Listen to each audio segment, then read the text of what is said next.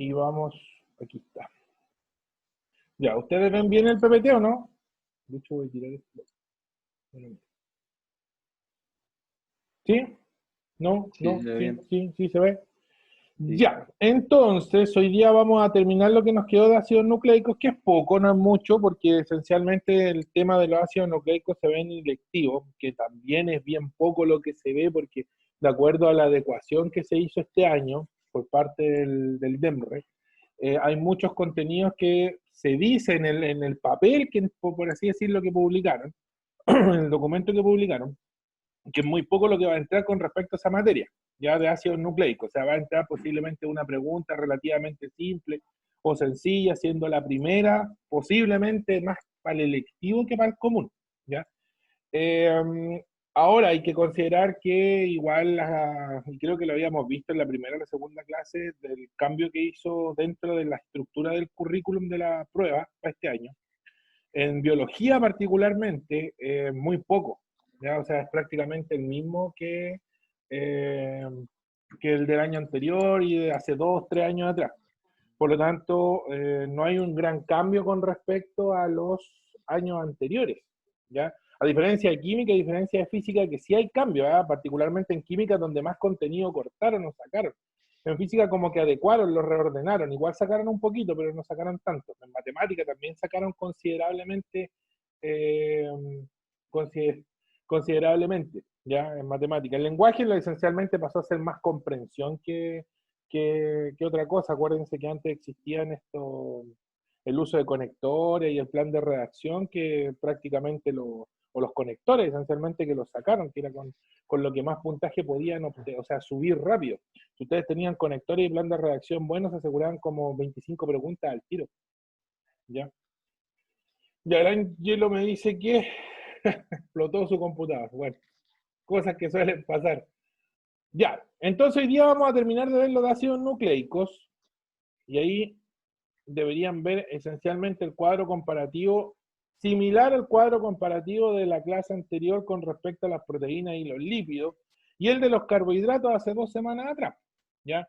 Aquí la importancia esencialmente es que la única forma de poder diferenciarlo, en cierta manera, es el fósforo. ¿Ya? Recordemos que los ácidos nucleicos tienen fósforo en el grupo fosfato, que es el que forma esencialmente su enlace característico. Recordemos que cada biomolécula tiene un enlace característico, un enlace propio, y lógicamente dentro de ese enlace característico, gran parte de sus funciones se deben a ello. Recordemos que en los carbohidratos está el enlace glucosídico, en los lípidos está el éster, que no es característico porque lo vamos a encontrar en otras moléculas, ya lo van a ver en química, pero el lípido es el único que puede formar este éster, dentro de las 4 biomoléculas que vimos. En las proteínas que tienen el enlace peptídico, ¿ya? Entre aminoácidos, y el que forma la cadena peptídica, y el fosfodiéster, que es el de los ácidos nucleicos. Pero hay que considerar que también en los ácidos nucleicos aparece el puente de hidrógeno, que pese a que no es exclusivo, es el que pega, por así decirlo, y no sé si ven mi mouse, los nucleótidos entre hebras. Por lo tanto, se establece particularmente el puente de hidrógeno en el ADN, ¿ya? La unidad básica de construcción, o sea, el monómero, o la estructura comparable con los aminoácidos, con la glucosa, por así decirlo, es el nucleótido. El nucleótido, recuerden que existen 5 tipos de nucleótidos distintos y los vamos a ver y que se diferencian esencialmente en la base nitrogenada que tienen, ¿ya? Ahora, de función, que es lo que principalmente también podrían preguntarme, la función biológica de los ácidos nucleicos es almacenar la información genética, transmitirla en algunos casos como el ARN, pero también aparecen otras moléculas modificadas como el ATP, ya que es la energía celular. Y esa la vamos a ir viendo más adelante cuando veamos particularmente la célula como tal, y la respiración celular y la mitocondria, ¿ya? Que son las que se encargan de almacenar y en algunos casos generar ATP, ¿ya? Y consumirlo, lógicamente. Bien, y principales ejemplos tenemos el ADN, que la diferencia radica en una molécula bien particular de su nucleótido con respecto al ARN, que también ahí tiene una diferencia estructural, ¿ya? ¿Alguna pregunta de esta revisión pequeña de los ácidos nucleicos? ¿No? ¿No? No, ninguna. Ya, recordemos entonces la diferencia está en el fósforo y el enlace característico. O sea, la presencia de fósforo es lo que me lleva a formar este enlace fosfodiéster. Ya, las unidades básicas son los nucleótidos. Esto es un nucleótido. La clase pasada vimos un aminoácido que estaba formado por varias moléculas como un grupo amino, un ácido carboxílico, etc. El nucleótido a su vez está formado por una pentosa que puede ser de dos tipos. Puede ser ribosa, y ahí aparece como ejemplo la ribosa. Hay que considerar que también puede ser la desoxirribosa, ¿ya? La desoxirribosa para el ADN, la ribosa para el ARN, y ahí está la diferencia, ¿ya? El grupo fosfato existe en todos por igual, no hay diferencia. Pueden llegar a ver, o pueden llegar a tener los nucleótidos uno o más grupos fosfatos, pero normalmente en las moléculas como el ARN y el ADN, el único que tienen es el que forma el enlace de fosfodiéster. Y la base nitrogenada, que aquí se ve, que es de color azul, y que tiene como dos circulitos, por así decirlo, que tiene un hexágono y un pentágono unidos, el grupo variable. Eso quiere decir que el nucleótido se diferencia de otro nucleótido por la base nitrogenada, ¿ya? La pentosa puede variar dentro de una molécula, macromolécula u otra, pero dentro del ADN todas van a ser desoxirribosas, ¿ya? Dentro del ARN todas serán ribosas, pero pueden tener distinta base nitrogenada dentro del ADN como dentro del ARN también. Veamos las bases nitrogenadas, que son las que más me preocupan. Ya. Las bases nitrogenadas son 5, como les había dicho, ahí están.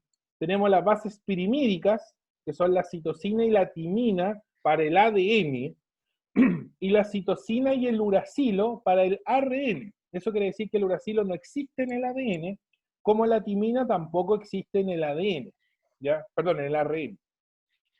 Entonces hay que considerar, y lo vamos a notar, que son de forma exclusiva. No olvidar eso, por favor, porque normalmente aquí donde siempre les van a tratar de hacer una pregunta. El uracilo, la timina, y ahí está con un círculo, y le vamos a colocar automáticamente que son exclusivos.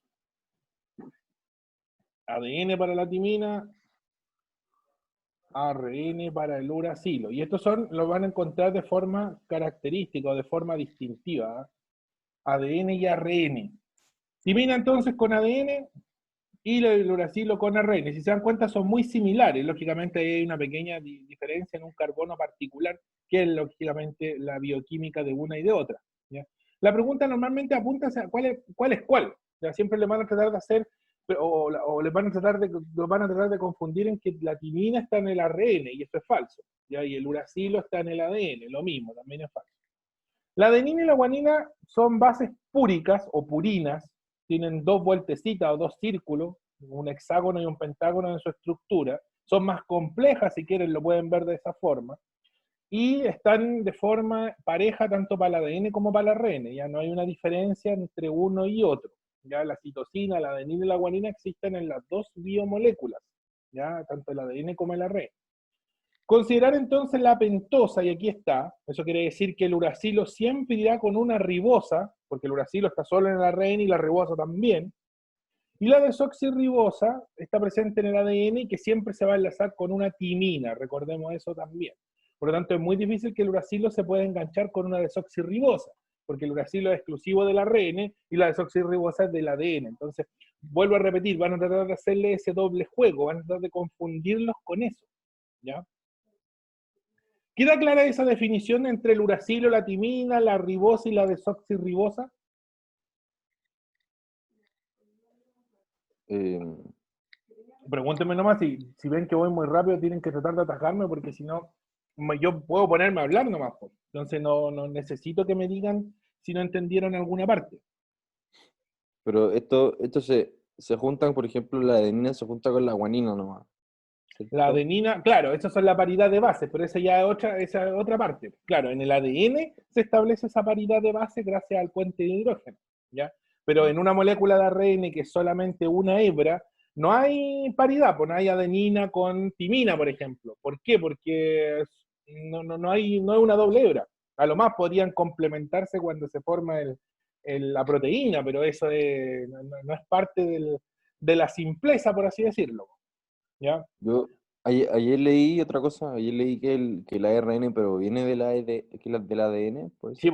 sí, de hecho, el ADN tiene, es el dogma de la biología molecular, ¿ya? El ADN tiene dos opciones en su vida: generar más ADN para duplicarse o replicarse Sí, y en cierta forma perpetuarse a sí mismo, y a su vez, el segundo camino es formar ARN en el proceso de transcripción, ¿ya? Entonces, ahí es donde se abre la hebra de ADN, se transcribe hacia ARN, como que se fotocopia, y lógicamente si yo leo adenina, no puedo colocar timina en el ARN porque no existe, pues tengo que complementarlo con uracilo, ¿ya? Y ese ARN se traduce a una cadena proteica. Lógicamente hay que entender que ese claro. ARN hay que madurarlo, ¿ya? Se le cortan los pedacitos. Es como cuando uno fotocopia un libro, ¿ya? Cuando antiguamente se hacían los trabajos con fotocopia, había que fotocopiar la enciclopedia, porque lógicamente no iba a recortar la enciclopedia. Fotocopiaba la enciclopedia y le recortaba los pedacitos de la fotocopia que a mí me interesaban y sacaba lo que no me servía. Ya, el ADN en la enciclopedia. A mí me lo prestaban para sacarle fotocopias en forma de ARN. Y una vez que tengo la fotocopia la puedo recortar, que es lo que yo necesito. Ese sería como lo que se hace con el ARN. Se recorta para poder formar una proteína después. Pero están los tres en cierta forma relacionados. La síntesis proteica con la formación del ARN. Ya no son procesos separados. ¿Qué otra pregunta? ¿No? ¿Ninguna? Ahí sí. Em, Ya, voy a borrar entonces los dibujos para poder borrar todos los eh, lo dibujos. de, lo Dale, no. del, entra lo de ARN mensajero, Sí, pero en el ARN electivo. cromosomal. Ah, electivo. En Ah, el electivo, no, no en la parte común. ¿Ya? Entonces, si por ejemplo dan química o dan física, no se molesten en estudiarlo porque no se lo van a preguntar. ¿Ya? ya. En ese sentido, ahí se salvaron en menos materia. ¿Ya? Pero en el electivo, sí, si te van biología electivo, ahí forzosamente va a entrar esa materia. ¿Ya? Vamos a la siguiente. Ahí está el nucleótido. Lógicamente el grupo fosfato, que como les decía yo, puede llegar a tener uno o varios, en el caso de cualquier nucleótido que no sea conforme del ARN, no forme parte del ADN o del ARN. Y lógicamente esto lo que va a dar es una fortaleza en cierta forma. ¿Ya? ¿Por qué? Porque en el nucleótido del ADN y el ARN forma el enlace característico del ácido nucleico, que es el enlace fosfodiéster, y se Y esa es enlaza la función, entre el grupo fosfato y una pentosa. Cuéntame. y esa es la función principal del grupo fosfato dentro de la. Dentro del ADN y el ARN es formar el enlace fosfodiéster. ¿Ya? Esa es la clave de Ya. esto, por lo menos para un nucleótido relativamente simple como el del ADN y el ARN. En el caso del ATP o algunos agentes reductores de la fotosíntesis, toman un nucleótido y lo modifican en función del fosfato, entonces pueden llegar a tener más grupos fosfatos, pero Mm, ahí lo que tienen esencialmente es como un poder reductor, un poder energético, ¿ya? No una fortaleza de enlace, no genera un enlace rígido, firme, como en el caso del ADN y el ARN, que es lo que le da esta estructura de hélice. Eso quiere decir ya. que el enlace fosfodiéster forma la hélice del ADN, la doble hélice en el ADN y la monohélice en el ARN. ¿Ya? Por eso es tan Claro. importante. Y aquí aparece, como les decía, el ATP. Entonces, existen moléculas modificadas para que tengan un poder energético. El ATP es la energía celular, ¿ya? Y si se dan cuenta, tiene tres grupos fosfato en su estructura, ¿ya? Toda la energía en la célula, en cierta forma, se va a gastar en forma de ATP. Entonces, yo voy rompiendo estos enlaces fosfato y eso libera energía que puede ser aprovechada para la célula, ¿ya? Ahí está el enlace fosfodiéster. Ahí se puede ver que hay un nucleótido que está aquí con otro nucleótido aquí y comparten en cierta forma este enlace fosfato entre el carbono 3 y el carbono 5 de pentosas distintas. Ya no, la prueba no es prueba bioquímica, es difícil que le pregunten ¿qué carbono se enlaza el grupo fosfato en el extremo inicial? No, es bien difícil que le hagas esa pregunta. Más que nada un dato para los que estudian electivo. A ellos quizás no les van a hacer tampoco esa pregunta, pero sí les podría nombrar el extremo 3 o el extremo 5. Y los puentes de hidrógeno, y esta figura es bien clara, por favor aquí voy a tratar de marcarla de nuevo, porque tienen que tratar de tener cuidado con esto, porque esta sí es pregunta, esta que está acá. En el ADN, y solo en el ADN, lo vamos a anotar aquí arribita, en el ADN, que de hecho Alejandro algo dijo, yo tengo la unión entre la adenina y la timina, ¿ya? Y hay dos puentes de hidrógeno que los unen. De hecho, aquí se ve, se dan cuenta y se ve el nucleótido de adenina, el nucleótido de timina, completo, y hay dos puentes de hidrógeno, hay dos rayitas puenteadas. Ahora también me tienen que quedar claro que la de abajo, que es guanina con citosina, ¿cuántos puentes de hidrógeno ven unidos ahí? Entre guanina y 4. citosina. ¿4? Mírenlo bien. 3. 3. 3. Y ahí es donde hay que tratar de tener cuidado, porque esta sí es pregunta en la prueba. Por lo tanto, entre guanina y citosina, claro, ahí el signo igual no tiene 3 rayitas, pues le vamos a dibujar la otra rayita. No se olviden, por favor, que hay 3 puentes de hidrógeno. Y ahí quedó algo más decente la... Ya. Entonces, entre adenina y timina tienen 2 puentes de hidrógeno, entre guanina y citosina tienen 3. Ustedes dicen, ¿para qué me sirve eso? Muy sencillo. Mayor presencia de puentes de hidrógeno, más resistente a separarse. ¿Ya? Eso quiere decir que si hay más puentes de hidrógeno, más resistente a temperatura, por ejemplo. Más resistente a cierta enzima. ¿Ya? Por lo tanto, yo puedo separar los nucleótidos en la hebra de ADN, pero para separarlos tengo que aplicar cierta fuerza, como que cierta energía. Con la adenina y la timina la fuerza es menor, porque solamente hay 2 enlaces puente de hidrógeno. Pero en el caso de la citosina y la guanina hay 3, por lo tanto me va a tomar un poco más de tiempo romperlos. ¿Qué es lo que yo he visto con la experiencia de los años? En las preguntas de la prueba. Aquí, de hecho, hace años atrás apareció una pregunta que decía la enzima helicasa, que es la enzima que se encarga de abrir el molde de ADN, separar el ADN. ¿En dónde aplica más energía? ¿En dónde aplicaría más energía conociendo o sabiendo que el puente de hidrógeno es lo que a mí me entrega la fuerza de unión? ¿Dónde creen ustedes que se necesitaría más energía para separar los enlaces puente de hidrógeno? Muy bien, a mayor presencia de guanina-citosina, más resistente el ADN, porque cuesta más, lógicamente, separar los puentes de hidrógeno, tres puentes de hidrógeno, que entre adenina y timina, que solo tienen 2. Entonces hay que tener cuidado con eso, porque ¿podrían preguntarlo? Sí, podrían preguntar. Consideren eso, por favor, ahí. ¿Ya?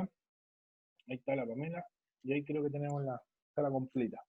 Pregunta, aquí estamos hablando de todo esto pasa en el núcleo, ¿cierto? Sí, todo esto, efectivamente, en una célula eucarionte ocurre dentro del núcleo de la célula. De hecho, lo más seguro es que ocurra dentro del nucleolo, que es el núcleo del núcleo, y la membrana que rodea el nucleolo, que se llama carioteca. ¿Ya? Ahí hay como un espacio, y lo vamos a ver cuando veamos el núcleo eucarionte, que es ahí donde ocurren estos procesos de separación y formación de moléculas de ADN. ¿Ya? Recordemos entonces que el ADN tiene puentes de hidrógeno, el ARN no tiene puentes de hidrógeno.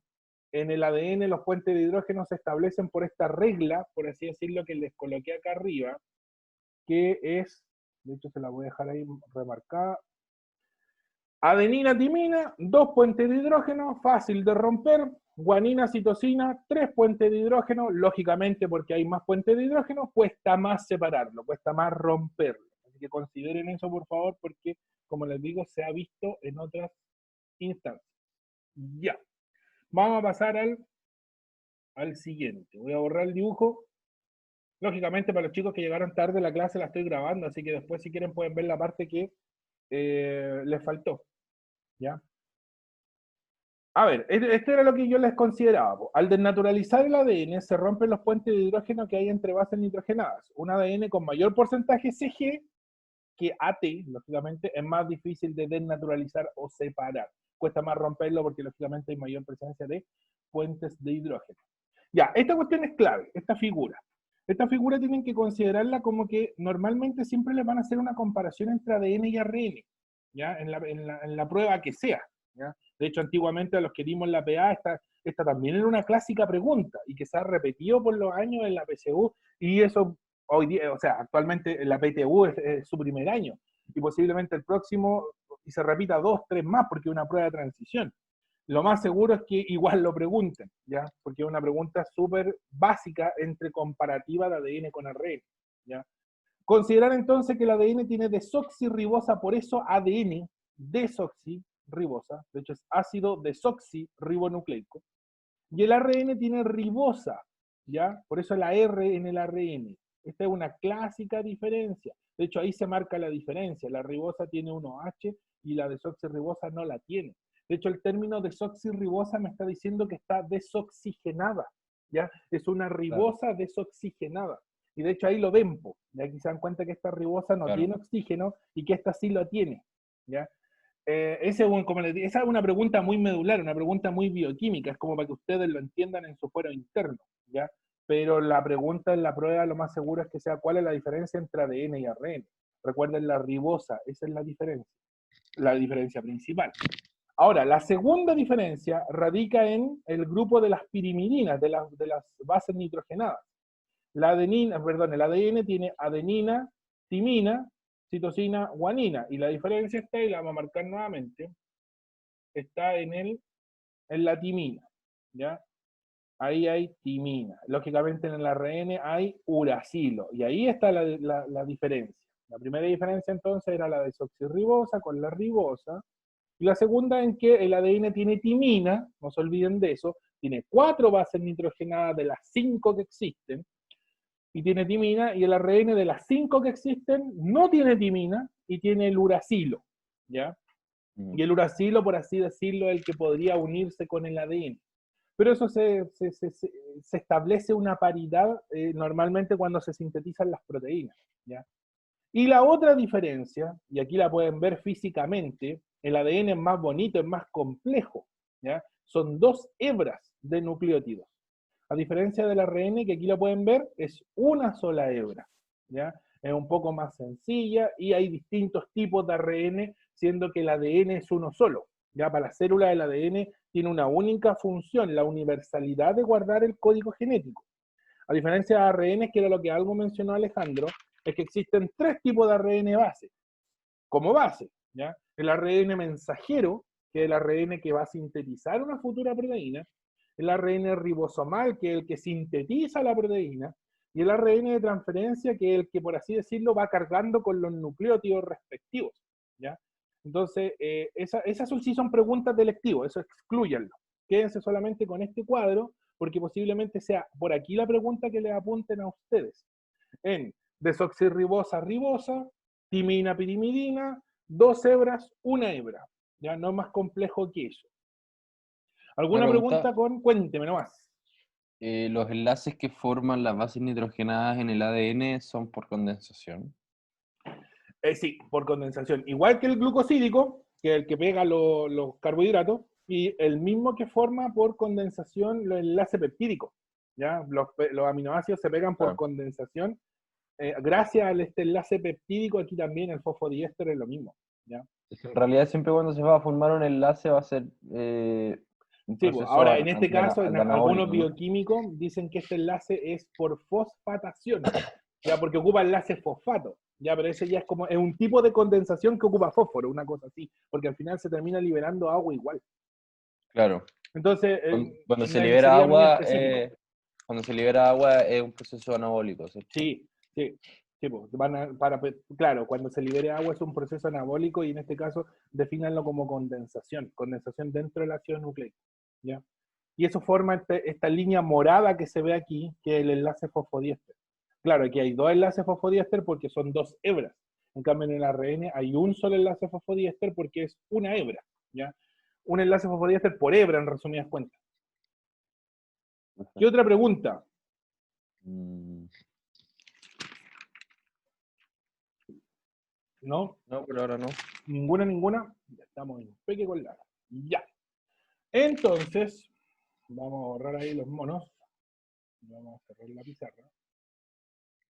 Bien, vamos entonces a la clase de hoy. Ahí está lógicamente la función del ADN, que es guardar la información genética. Y en el ARN hay distintos tipos de ARN debido a que existen distintas funciones para este, ¿ya?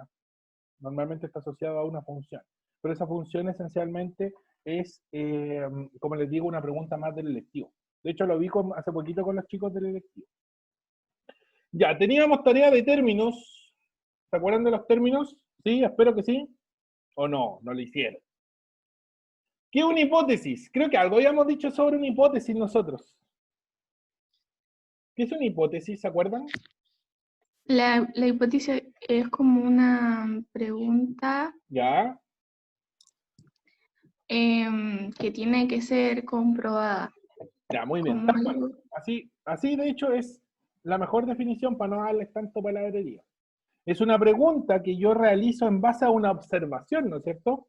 Y yo tengo que comprobarla, ver si esta cuestión es válida o no es válida bajo cierta metodología científica, ¿ya? A veces no necesariamente tiene que ser tan apegado a la esterilidad del laboratorio. Yo me puedo preguntar, por ejemplo, ¿por qué la lluvia cae de abajo para arriba? Claro, y voy a un libro y hablo Como de abajo para arriba. sobre la gravedad y voy a entender que lógicamente el por qué la lluvia cae, ¿ya? Como la lluvia cae de abajo para arriba. Perdón, de arriba abajo, de abajo para arriba. Ese otro tipo de lluvia. Pregunta entonces, ¿qué se realiza? ¿Qué se realiza en base a una observación? Y que debe ser, comprobada. Ahora, lógicamente, ahí es donde yo aplico cierta metodología para poder comprobar esta pregunta, ¿ya? Teoría. ¿Qué sería una teoría? La teoría es... Una teoría. la Asócienlo a qué teoría conocen, por ejemplo. teoría celular. La teoría celular, que la vamos a ver hoy día. ¿Qué dice la teoría celular? ¿Es una pura frase la teoría celular o son varias? Varias. Ya, es un conjunto entonces. ¿De qué? Conjunto de postulados. Pueden ser hipótesis en algunos casos. ¿Ya? Lógicamente hipótesis comprobadas. No puede llegar y ser una hipótesis así sin comprobar. Pues, comprobadas. Y que de cierta forma tienen un sustento. Por eso yo hablo de teoría celular, porque pese a que no está 100% comprobada, sí tiene un sustento científico en otras cosas. Entonces se sustenta por sí sola gracias a que se cuelga de otras cosas, ¿ya? Conjunto de postulados, hipótesis comprobadas y en algunos casos reglas que permiten explicar un fenómeno específico. Voy a dejarlo en fenómeno nomás para no complicar más. ¿Ya? Y que lógicamente se sustenta gracias a que se cuelga, como les digo, de otras definiciones. ¿Ya? ¿Qué más? Ley. ¿Qué es una ley? No me coloque la ley de tránsito. Un buen ejemplo de la ley de tránsito. ¿Eh?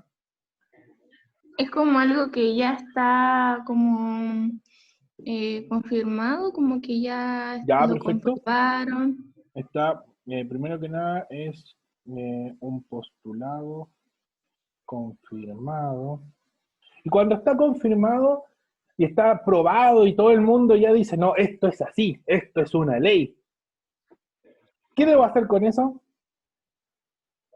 Por ejemplo, la ley que quieren reformar, la ley constitucional que quiere reformarse ahora con el tema del 10% de la AFP, porque por ley tengo que sacar esa plata. Y todo Chile posiblemente lo haga, ¿no es cierto? Sí. Yo creo que sí. Y por ahí va, en esa totalidad. Porque alguna vez que se aprueba algo como ley, rige para todos y para todo. Claro. ¿Ya? Entonces, en este caso, como lo que se va a hacer es aprobar esta ley, y esperemos que se apruebe esta ley, lógicamente regirá para todo el territorio nacional. ¿Ya? Postulado confirmado entonces en el caso de la ley, y que lógicamente, ya, hay una autoridad puede de una u otra forma crear una ley. ¿Ya? Postulado confirmado, ¿dónde tengo el mouse? Y que rige, ahí me faltó la mayúscula, y que rige bueno, que rige universalmente, dejémoslo, porque después de todas las leyes son universales. Las leyes, claro, por algo se ya habla de leyes universales, porque rigen el universo como tal. La ley de gravedad técnicamente debería regir el universo completo, y todo el universo debería funcionar de esa manera gracias a que la ley es transversal a todo el universo, ¿ya? Y que rige universalmente. Y que está lógicamente comprobadísimo. ¿ya? Un profe de acá nos dijo que la ley casi siempre estaba asociada con una ecuación matemática. Sí, claro, por lo mismo, porque la matemática está tan establecida o es tan rígida en sí misma que la ecuación ejemplificará siempre el comportamiento. O sea, yo con esa gráfica voy a entender el comportamiento de todo. Si yo, por ejemplo, cuando grafican una función y la función tiene una forma, ¿ya? Una forma exponencial, por ejemplo, todo se tiene que apegar a esa línea de tendencia de la ecuación, pues esta línea que voy a dibujar, por así decirlo, y todo va a estar más o menos o más cerca de ella, pero de una u otra forma se rigen bajo eso, ¿ya? Sí, las leyes utilizan normalmente las ecuaciones matemáticas, y como la matemática en sí misma no puede destruirse, por así decirlo, explica el fenómeno. ¿Y qué es un postulado? ¿Qué es un postulado? ¿No? Es Sí. como, ¿Puedo postular algo yo? sí, ¿Por qué? Porque es como primero que una nada, creencia. ya, va por ahí. Perfecto. Un postulado, primero que nada, es una idea. Va. No veo mi escritura. Ahí sí. Es una idea. Es una idea o en cierta forma es un principio que ustedes defienden como persona y que lógicamente en base a argumentación la van defendiendo. Y los argumentos, o mis argumentos por lo menos, se basan en cosas tangibles, en hechos visibles o específicos. Claro, ahí puede variar en base a la creencia de una persona u otra, pero esencialmente el postulado, o por lo menos un postulado científico, se va a basar en hechos. No puedo llegar y decir, como lo que dije yo recién por el condoro que me mandé, está lloviendo de abajo para arriba. No, porque yo creo que es así, po. No, ¿y por qué crees que es así? ¿En base a qué? ¿Con qué lo compruebo? ¿Con qué no lo compruebo? ¿Ya? Entonces, ese es un postulado, es una idea eh, o principio que se defiende con argumentación. Ahora, yo puedo hacer válido ese postulado si en cierta forma utilizo teorías y leyes para argumentarlo. Y ese postulado se va a volver un postulado, como les digo, científico, en donde todo el mundo va a creer que es así, producto de que su sustento son teorías y leyes que rigen el universo. Entonces, en cierta forma, el postulado pasa a ser casi una ley. Posiblemente no lo pueda comprobar, pero comprobar por qué. Porque, por ejemplo, la teoría de la evolución, o yo postulo que la evolución es como se han venido haciendo los cambios en los animales. Claro, ¿y en base a qué en base a qué con qué lo defiendo? Con la teoría evolutiva. Pero no tengo una máquina del tiempo para ir viendo cómo evolucionar en los animales, pues entonces técnicamente no tengo los medios para comprobarlo. ¿Ya? Ya, ahí están entonces las 4 definiciones: hipótesis, teoría, ley y postulado. Hoy día vamos a ver harto de esto. Si quieren le sacan ahí una foto, o le saco yo la foto y la tiro al WhatsApp. Ahí sí. ¿Ahora? Y ahí se las dejé en el WhatsApp. Ahí la Martina me escribió que está enferma. Pues después voy a decir que estoy grabando la clase. Ya. Borremos entonces y pasemos a lo de hoy día. Ahora, dentro de la teoría celular, como es una teoría, como les decía, se basa en una sucesión de cosas o de postulados, definiciones y argumentación que ya está establecida. Pero incluso hasta el día de hoy no todo está 100% comprobado. ¿Eh? Bueno, ahí está parte de la otra tarea que teníamos, la ejercitación. Le voy a dar las alternativas para ir avanzando. En el ejercicio fácil, la alternativa correcta era la letra D. El mejor ejemplo que tienen aquí es cuando desnaturalizan el huevo, la albúmina del huevo. Más fácil ya en español. La clara del huevo. Cuando ustedes lo tiran al sartén, y el sartén, por muy caliente que esté, no deja en blanco por completo la clara. Los segundos, el transcurrir del tiempo, se empieza a poner blanca, pero sigue siendo la proteína del huevo, sigue siendo albúmina. Lo que pasa es que cambió de color porque su estructura terciaria fue modificándose y quedó o fue desnaturalizándose, pero sigue cumpliendo la misma función, ¿ya? Sigue siendo albúmina, en cierta forma, por eso la consumo, si no, imagínense, consumiría la proteína rota. Así que letra D para este. En este era más fácil, entre comillas más fácil, Y la diferencia radicaba en el azufre, así que la letra es la E. Siempre la proteína se diferencia del ácido nucleico en que tiene azufre, y el ácido nucleico tiene fósforo. El fósforo no está acá. Y este que era un poquito más difícil, y este se lo voy a leer.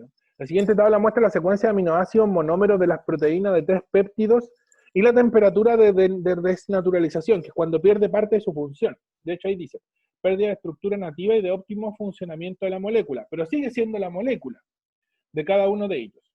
Aquí tengo la proteína 1, 2 y 3, las cadenas de aminoácidos y a la temperatura en que se desnaturaliza. La primera se desnaturaliza a los 37 grados y pierde su función, a los 50 pierde su función la segunda y a los 52 la tercera.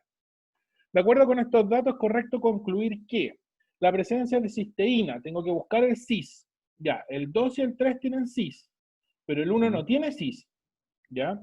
La presencia de cis aumenta la resistencia a la naturalización, sí lo puedo concluir en base a la figura que tienen acá arriba, ¿ya? Porque el 1 no tiene cis, su temperatura es más baja, pero 2 y 3 sí tienen cis, entonces sí podrían aguantar más producto de esto. Ahora, yo sé que en base a la cisteína hay mayor temperatura, pero trato de no usar ese conocimiento, ¿ya? 2, ¿la temperatura de naturalización depende de la longitud? No, porque uno, si se dan cuenta, es súper largo, es de hecho el más largo de todos, y es el primero en desnaturalizarse, ¿ya? De hecho, el 2 es súper cortito y aguanta más que uno. Tengo una pregunta. Dale. Las proteínas forman enlaces peptídicos, ¿cierto? Sí, de hecho cada una de esas rayitas debería ser un enlace peptídico. Pero su estructura primaria se llama péptido. Sí, peptídica, por eso enlace peptídico. Sí, péptido. Ya, pero una cosa son los enlaces y lo otro son como es que hay como una regla. Mira, cuando la proteína tiene, no me acuerdo si son 100 o son 1000. No me acuerdo bien. Voy a dejarlo en el más largo, voy a quedarme con el 1000, después lo busco porque no me acuerdo específicamente. Cuando un péptido tiene 999 aminoácidos, es péptido. Pero cuando tiene de 1000 para arriba, pasa a llamarse proteína. Perfecto. Es por la cantidad de aminoácidos. O sea, la cantidad de aminoácidos diferencia entre péptido y proteína, pero en realidad son prácticamente lo mismo nomás. Porque yo podría tener proteínas relativamente cortas o péptidos de 750 aminoácidos y aparecer la estructura terciaria, por ejemplo, y ser altamente resistente a la temperatura, por ejemplo. ¿Ya? Y la 3, por encima de 52 grados, se ve muy afectada la función de los 3. Sí, pues, porque ya de hecho la tercera, que es la que más aguanta hasta los 52. O sea, ya sobre los 52 grados, lo más seguro es que estas ya no estén cumpliendo su función óptima porque se desnaturalizaron. Siguen teniendo la cadena básica, pero pierde su función producto de que hay una temperatura muy elevada. Por lo tanto, la alternativa debería ser la letra E. Ya, los ácidos nucleicos lo vimos. Vamos a la teoría celular, que era lo de hoy día, que como le digo es poquito, así que va a mandar relativamente bien. Y aquí, primero que nada, quiero hacer una pequeña reseña histórica, no me voy a detener mucho, pero esencialmente ver dos cosas. Primero que Robert Hooke fue el primero en diseñar un microscopio, ¿ya? Y al diseñar un microscopio y observar particularmente las láminas del corcho, se dio cuenta, y ustedes lo han visto, de hecho, se puede ver visiblemente en el corcho que se ven como unas celdillas que lo conforman. Cuando lo ven en este microscopio rudimentario, que era una sucesión de lupas una sobre otra, se dio cuenta que las celdillas del corcho se veían aún más chiquititas. Entonces, él definió el término célula. Por lo tanto, el padre del término célula es Robert Hooke. O sea, y esto es en 1600, o sea, en pleno Renacimiento, ¿ya? Y Van Leeuwenhoek lo que hizo esencialmente es desarrollar este compadre vendía telas. Entonces, Leeuwenhoek lo que quería es que sus telas estuvieran lo más juntas posibles. Mientras más juntas estén los hilos de la tela, más resistentes y de mejor calidad son. Entonces, él diseñó un sistema en donde tenía muchas lupas. Y al verlas con este, entre comillas, microscopio, por así decirlo, se dio cuenta que habían unos bichitos que no se veían a simple vista, que solo se veían con la cuestión que había diseñado él. Y ahí es cuando aparece esta definición de animaluchos o animáculos, y se definieron como las primeras células las primeras células vivas, los primeros protozoos. Recordemos que en el 1670 no había mucha limpieza, entonces las telas quedaban muchas veces guardadas en sótano o en piezas en donde se llenaban de polvo, y mucho de ese polvo son bichitos que nosotros no vemos. Entonces él como que vio parte de estos bichitos y se maravilló en cierta forma al haber descubierto un mundo microscópico, ¿ya? En la prueba es difícil que les pregunten quién fue Robert Hooke o quién fue Van Leeuwenhoek, ¿ya? Porque no es una prueba de historia. Tampoco le van a preguntar en qué año se vio esto, pero sí van a entrar en como lo mismo, una reseña. Les van a colocar, en 1665 Robert Hooke observó las primeras células, las cuales llamó celdilla en el corcho. Entonces lo utilizan como encabezado de ejercicio. Ya. La idea es que no les sea atípico, que les sea familiar. Cuando lo estén leyendo, Hooke, claro, el creador del primer microscopio, o el que vio las células de corcho, como para que lo asocien de esa forma, ¿ya? Después, ¿qué apareció? Ya un poquito ya más avanzado en la época y con los avances tecnológicos ya más propicios, Schleiden en 1838 postuló, y ahí venía el término postulado, que todos los vegetales están formados por células. ¿Ya? Matías Schleiden entonces mencionó, ¿por qué? Porque al observar que las plantas estaban conformadas por unas estructuras que se pegaban unas con otras, con un microscopio un poco más desarrollado, fue capaz de postular esto. Vio muchas plantas y en base a todas estas plantas veía que estaban construidas por algo en común, ¿ya? Entonces menciona que todos los vegetales están formados por células. Y Teodoro Schwamm, al año siguiente, después de haber leído el trabajo de Schleiden, hace lo mismo pero con tejidos animales. Y se da cuenta de lo mismo, solamente que habían diferencias entre una célula y otra. La diferencia más clara era el color, después pasaba a la forma. ¿Ya? Bien, pensemos que la fisiología celular ni siquiera se conocía, por lo tanto, ni siquiera se sabía que tenía cada célula. Solamente podían postularlo en base a lo que observaban, ¿ya? Formulaban hipótesis y la iban comprobando. Y lógicamente Schwann lo que hace es ver una sucesión de tejidos animales y se va encontrando que todos los animales también tienen células, ¿ya? Y estos dos socios, por así decirlo, son los que postulan inicialmente la teoría celular. Y Virchow fue un poco más allá, 20 años más tarde aproximadamente, y él, claro, dice que todas las células provienen de una célula que ya existió anteriormente, pero pero él no sabía o desconocía el proceso que ocurría para que esa célula se multiplicara. O sea, lo que él decía es que si yo dejo una célula sola, al cabo del tiempo voy a tener muchas de esas mismas células, ¿ya? Y nosotros ya actualmente sabemos que es así porque ocurre un proceso que es el que ustedes están viendo aquí de la mitosis, pues la célula se divide y reparte equitativamente su material genético. Y estos tres son los que postulan la base de la teoría celular, ¿ya? Y la teoría celular, lógicamente, como les decía, se considera tres grandes postulados que vamos a ver después. Ya, este otro ejemplo que hay que tener cuidado, por eso les coloco el ejemplo, porque posiblemente aparezca en la prueba como tal, ¿ya? No le van a preguntar qué es lo mismo, no le van a preguntar qué hizo Pasteur en 1861, pero sí tengo que tener claro porque va a aparecer posiblemente en el encabezado de un ejercicio, o en el peor de los casos en un ejercicio de HPC, que son esos ejercicios un poco más largos o más difíciles. Este es como Luis Pasteur, de la que tiene la calle en Santiago. El mismo. De hecho, el proceso de Pasteur hasta el día de hoy se realiza, ya que es la pasteurización, ¿ya? Este mismo, lógicamente, no rudimentariamente, pues un poco más séptico, un poco más limpio. ¿Qué es lo que hizo Pasteur? Muy sencillo. Él veía que en los caldos de cultivo, él los sometía a ciertas temperaturas, ya los dejaba reposar, lo observaba, y veía que el caldo, producto de la temperatura, perdía estos como animalitos, perdía células. Ya el término de definición de célula ya estaba. Pero si los dejaba reposar, los dejaba enfriar, como que pues dejara que en ese caldo pasara el tiempo, al volver a observarlo, las células volvían.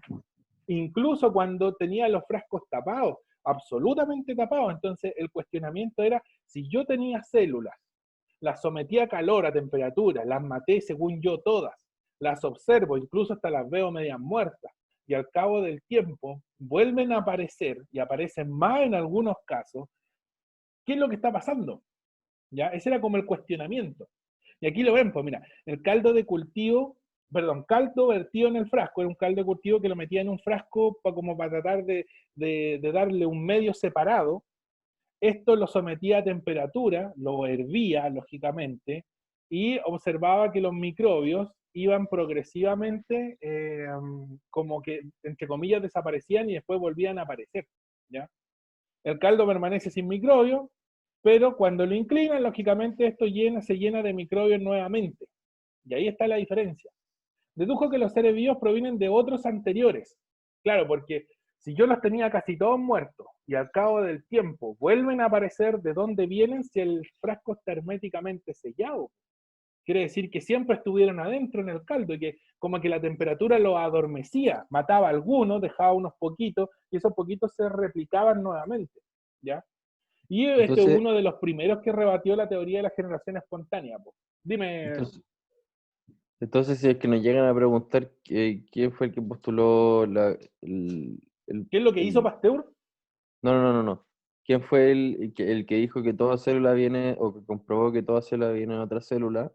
En Digo, cierta forma Virchow, fue, claro, en Virchow cierta o forma fue Pasteur. Pasteur. No, Bishop lo que hizo fue postularlo inicialmente. Ah, Muchas ya, veces hacen postulados y las comprobaciones se hacen más tarde, ya, ya, porque posiblemente los medios técnicos, ya, o la tecnología no es la propicia para ese tiempo, como que estos compadres se adelantan muchas veces a su época, pero el pensamiento está. De hecho, por ejemplo, a Einstein le pasó, po. No podía comprobar que la luz era atraída por la gravedad, po. Por eso tenía que verlo forzosamente en un eclipse. O por ejemplo el Hopkins, porque también dijo que posiblemente se podía viajar en el tiempo, pero la tecnología no está. Pues. Aquí pasaba lo mismo. ¿Ya? Entonces los medios no estaban inicialmente cuando se realiza del postulado de la teoría celular y en cierta forma fue Pasteur el que pudo comprobar parte de esta, no completa, pero parte de esta. perfecto. Y lógicamente rebate la teoría de la generación espontánea porque la generación espontánea decía que, eh, chuta, si yo dejo un pedazo de carne en una esquina, las moscas brotan solas de este pedazo de carne porque la carne genera moscas, no atrae moscas, que es distinto. O por ejemplo los ratones nacían de un trapo sucio botado en una esquina. Y no es que nacieran del trapo sucio, nosotros sabemos que eso no es así, pues, sino que atrae ratones. Por ahí apuntaba la generación espontánea, a que las cosas nacían de la nada. Aquí no, pues aquí indicaba que todas las cosas provenían de algo que ya había estado vivo anteriormente. Y ese ciclo se repetía muchas veces. De hecho, este ejemplo es un ejemplo de la teoría de generación espontánea. Y tienen el frasco 1, el frasco 2 y el frasco 3. Entonces, la carne no es que atrayera las moscas, sino que generaba moscas por sí solo. ¿Ya? Intentan hacerlo, po. Un ejercicio relativamente simple. De hecho, hace años atrás, como el 2009, 2010, apareció un ejercicio similar en la PCU. Similar, no igual. Claro.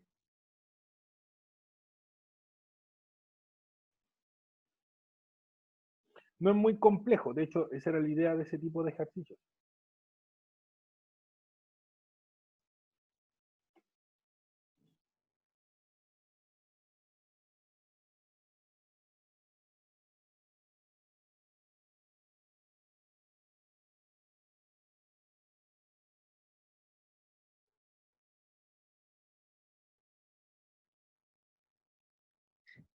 ¿Cuál creen que es la alternativa? Si se quiere llevar a cabo un experimento que confirme o refute la generación espontánea de larvas de mosca, ¿cuál de los frascos sería necesario incluir? ¿Dónde está la clave de esto? Y si se dan cuenta, el frasco 1 le aparecen moscas. El frasco 2 la atrae, pero no pueden entrar porque lógicamente hay un pedazo de tela que impide su entrada. Pero sí la atrae por el olor, porque permite que el olor siga saliendo. Pero el frasco 3 no tiene moscas Ujú. y está herméticamente sellado. ¿Por qué no aparecen las moscas solitas de adentro? Muy difícil. No.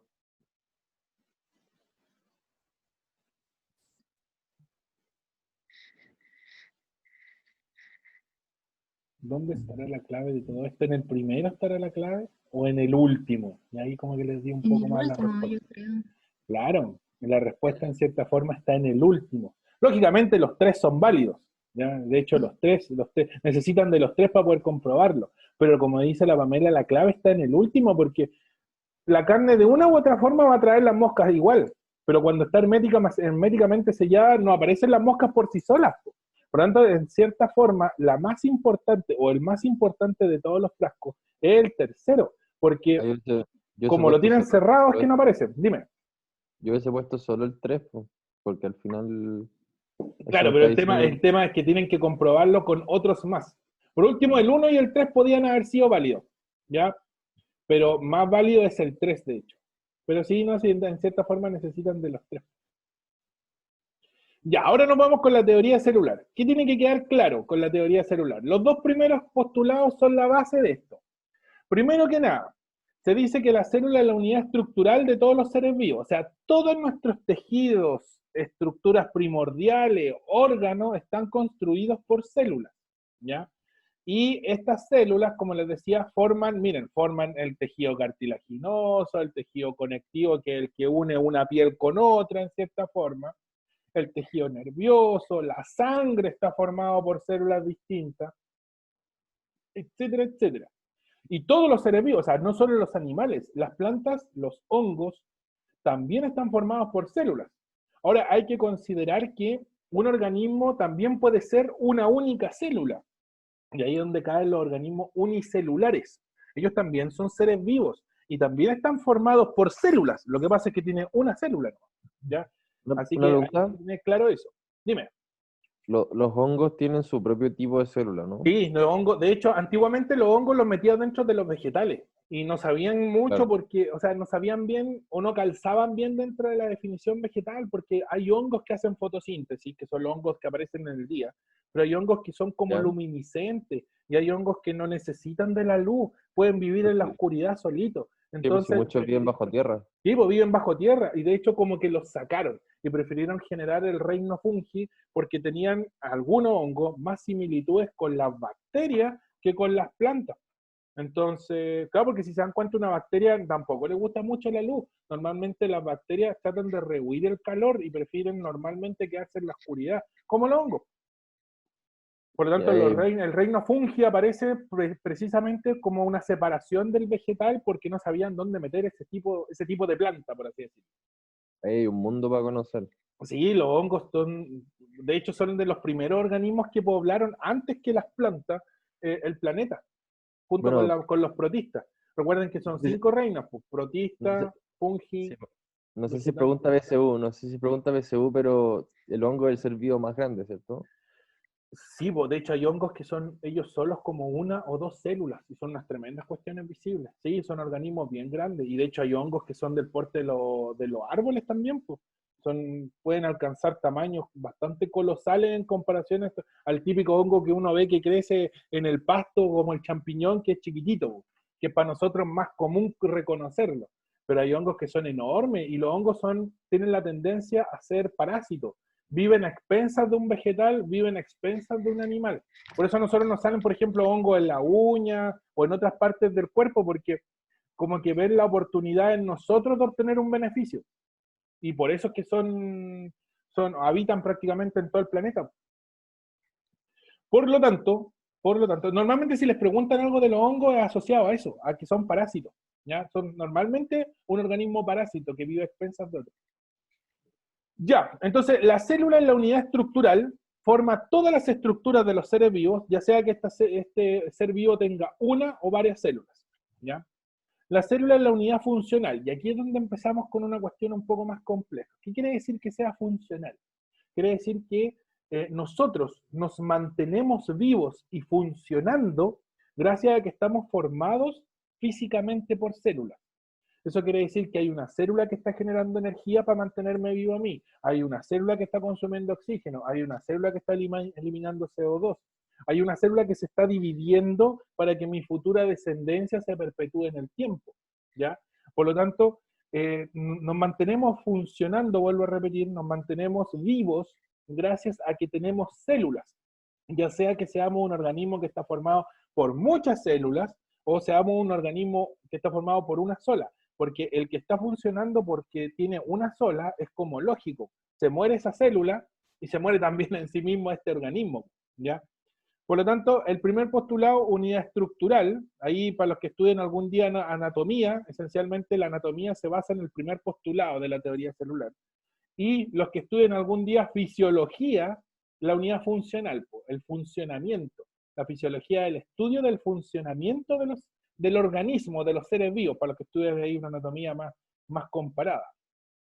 Y este yo creo que también lo conocen. Ahora hay un tercer y cuarto. El cuarto se deriva del tercero, así que les voy a quitar el cuarto. Tres, y este son tres la base de la teoría celular. La célula es la unidad de origen de todos los seres vivos. Eso quiere decir que nosotros, que somos un organismo grande, o seamos un organismo pequeño formado por una célula, venimos forzosamente de una célula que existió previamente, ¿ya? Nosotros, en nuestro caso, es mejor el ejemplo, ¿ya? Los animales nacen de producto, bueno, y las plantas también, pues, nacen producto de la fecundación de dos gametos, un espermatozoide, un ovocito, se juntan, forman un cigoto que se empieza a dividir por mitosis. Y esto genera un organismo grande, visible, tangible. O sea, una célula al dividirse genera la misma célula en sí misma. Y todas las células son iguales en este caso. Por ejemplo, se corta en la mano.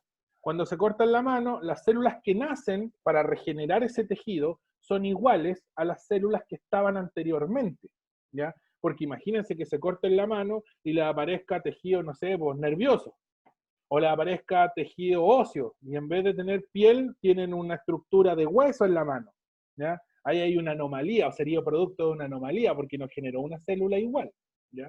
Pero lógicamente la base es que todas las células vienen de una célula que venía viva anteriormente.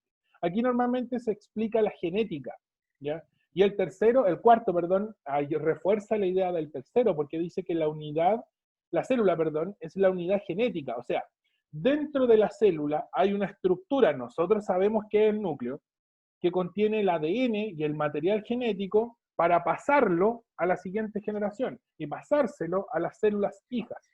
Ahora nosotros conocemos a la mitosis, más o menos, y sabemos que la mitosis lo que hace es partir el núcleo y dividirlo equitativamente en dos partes iguales y pasárselo a dos células.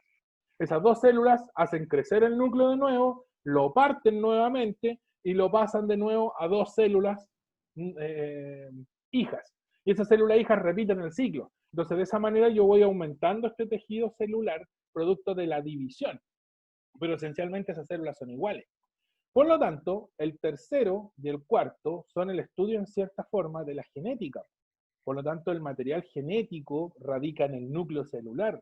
Y cuando yo necesito pasarlo a la descendencia, ese material genético se divide.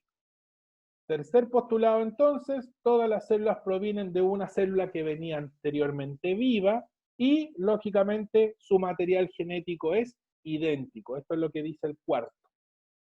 Preguntas con la teoría celular. Primero, segundo, tercer y cuarto postulado. ¿No? Recuerden entonces, la célula es unidad estructural. Todos estamos formados por células, ya sea que tengamos una o varias. Todos funcionamos gracias a células. Nuestra fisiología, nuestro funcionamiento interno se debe a nuestras células. Las plantas lo mismo, ¿ya? Todas nuestras células provinieron de una que se dividió muchas veces, ¿ya? Y generó más células. Y el material genético de nuestros núcleos celulares tienen el material para formar un organismo completo de cero. De hecho, la clonación se cuelga del cuarto postulado, por así decirlo, ¿ya? Ya. Método científico. ¿Qué pasa con el método científico? Que de hecho ya hay algo, dijeron las chicas en un principio. Tengo que considerar que el método científico es un sistema metodológico para poder responder en muchos casos los cuestionamientos que yo me hago del medio ambiente, ¿ya? Por ejemplo, el ejemplo de la lluvia, o el ejemplo, o qué es lo que sintió Newton cuando le cayó una manzana en la cabeza y se cuestionó, uy, ¿por qué me cayó la manzana? ¿Qué es lo que está ocurriendo? Todo eso se basa, en cierta forma, en la observación. Pero no solo la observación puede ser utilizada para poder desarrollar un método que me lleve a responder una hipótesis, sino que también tengo que considerar que puede ser escuchar algo, ver algo, oler algo, o en algunos casos degustar algo. ¿Ya? ¿Por qué esto es ácido? ¿Por qué esto es amargo? Etcétera. Y todo se basa esencialmente en, uno dice observación y siempre lo asocia a los ojos, pero en realidad es en la toma de una muestra en base a mis sentidos. La observación no solo utiliza el ver, utiliza todos los sentidos para poder establecerla, ¿ya? De hecho, lo pueden ver, y aquí va a sonar feo, pero normalmente, ¿qué es lo que hacen cuando pasan? Antiguamente estaban abiertos los malls, querían ver la ropa, pero no solamente la veían, la tocaban, ¿ya? Y en ese caso están usando otro sentido para establecer, decir, esta tela es buena, ya, si no la voy a comprar, se ve bonita. Usaron dos sentidos, observación y tacto, ¿ya? En el caso de los sabores o la comida, en este caso, es olfato y gusto. En algunos casos también es visible. No sé si les ha pasado que ven comida que no se ve bonita, pero cuando la comen se sabe bien, ¿ya? Y tiene buen olor, ¿ya? Y utilizaron otro sentido. Entonces, en base al uso de los sentidos, yo establezco una pregunta, y ahí es donde cae, lógicamente, la hipótesis. Pregunta e hipótesis van directamente de la mano. Y en base a la creación de la hipótesis, yo realizo un experimento que compruebe o que trate de destruir mi pregunta. Si mi pregunta resulta ser válida y la respuesta que di es válida para responder mi pregunta, yo empiezo a analizar los datos e incluso puedo establecer una teoría, ¿ya? En algunos casos, después de la teoría, vuelvo a observar el mismo fenómeno y veo que se repite, y se repite aquí, y se repite en China, y se repite en Japón, se repite en Rusia, se repite en todo el mundo, y ahí yo podría entender o empezar a establecer las leyes. Porque es universal, pues empezó a repetir en todas partes, ¿ya? Pero en algunos casos, los datos me llevan a que no me valide mi pregunta o empiezan a aparecer variables que empiezan a afectar mi resultado final y donde yo empiezo a generar esta refutación. Y la refutación en cierta forma dice, chuta, esta respuesta no me convence. No es lo suficientemente sólida como para responder la pregunta que me hice en un principio. ¿En qué estoy fallando? Y vuelvo a observar. Vuelvo en algunos casos a establecer otra hipótesis. Y en base a esa hipótesis vuelvo a hacer un experimento y empiezo a aislar las cosas.